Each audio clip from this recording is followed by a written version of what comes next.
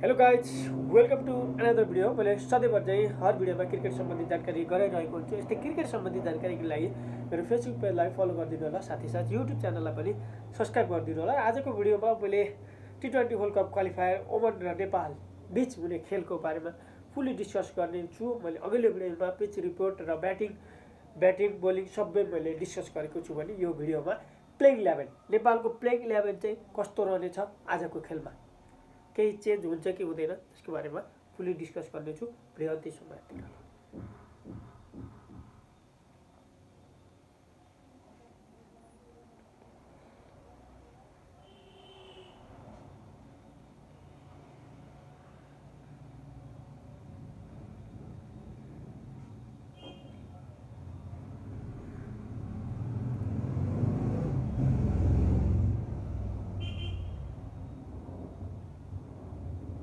म हेर्दैछु नेपालले खेलाउन सक्ने के तरिकाले।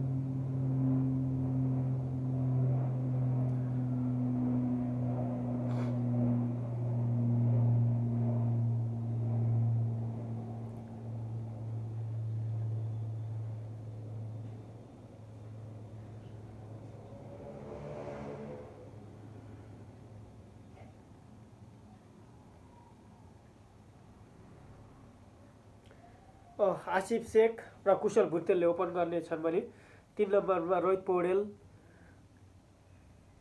नेपालको प्लेइङ 11 यस प्रकार रहन सक्छ है आजको म्याचमा।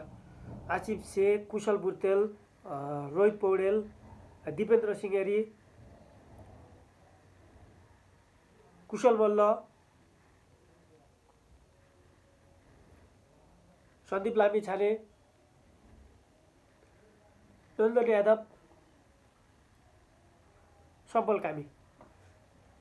यही नै खेलाउँछ जस्तो लागेको छ। गुलसन झालाई त छुटाउँदैन। गुलसन झा एकदम राम्रो प्रदर्शन गरेका छन् यो टुर्नामेन्टमा गुलसन झाले। त्यही पनि म एकचोटि फुल्ली डिस्कस गर्नेछु। प्लेइङ 11 यही सम्बन्धित प्लेइङ 11 अहिले चाहिँ प्लेइङ 11 आएकै छैन, त्यसैले हामीले अक्कल गर्न सक्दैनौँ कि कुन खेलाउँछ। केही चेन्ज गर्दैन होला नेपालले। यिनै प्लेयरहरूले चाहिँ एकदम राम्रो प्रदर्शन गरेका छन्। अस्तिको म्याचमा एकजना चेन्ज गरेको थिए र मोहम्मद आलम खेलेका थिए भने आजको म्याचमा पनि फेरबदल हुन सक्छ। एउटा केही चेन्ज गर्न सक्छ नेपालले कन्डिसन हेरेर।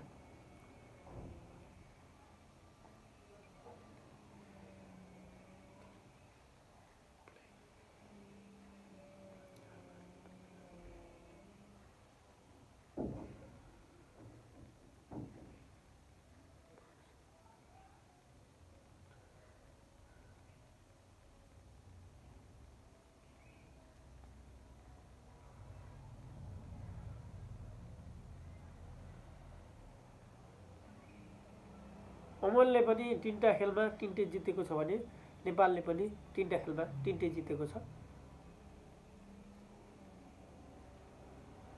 कुशल भुटेल र आसिफ शेखले चाहिँ ओपन गर्नेछन् भने 3मा रोहित आउनेछन्। यही नै रहनेछ। कुशल भुटेल, आसिफ शेख, दिपेन्द्र सिंहेरी, रोहित कुमार पौडेल, गुलसन झा, सम्पल कामी, नन्दन यादव, सन्दीप लामिछाने, ललित राजवंशी अस्तिको म्याचमा खेलेका थिएनन् भने आज उनले मौका पनि पाउनु पाए कन्डिसन हेरेर। Kushal Malla. Thanks for watching.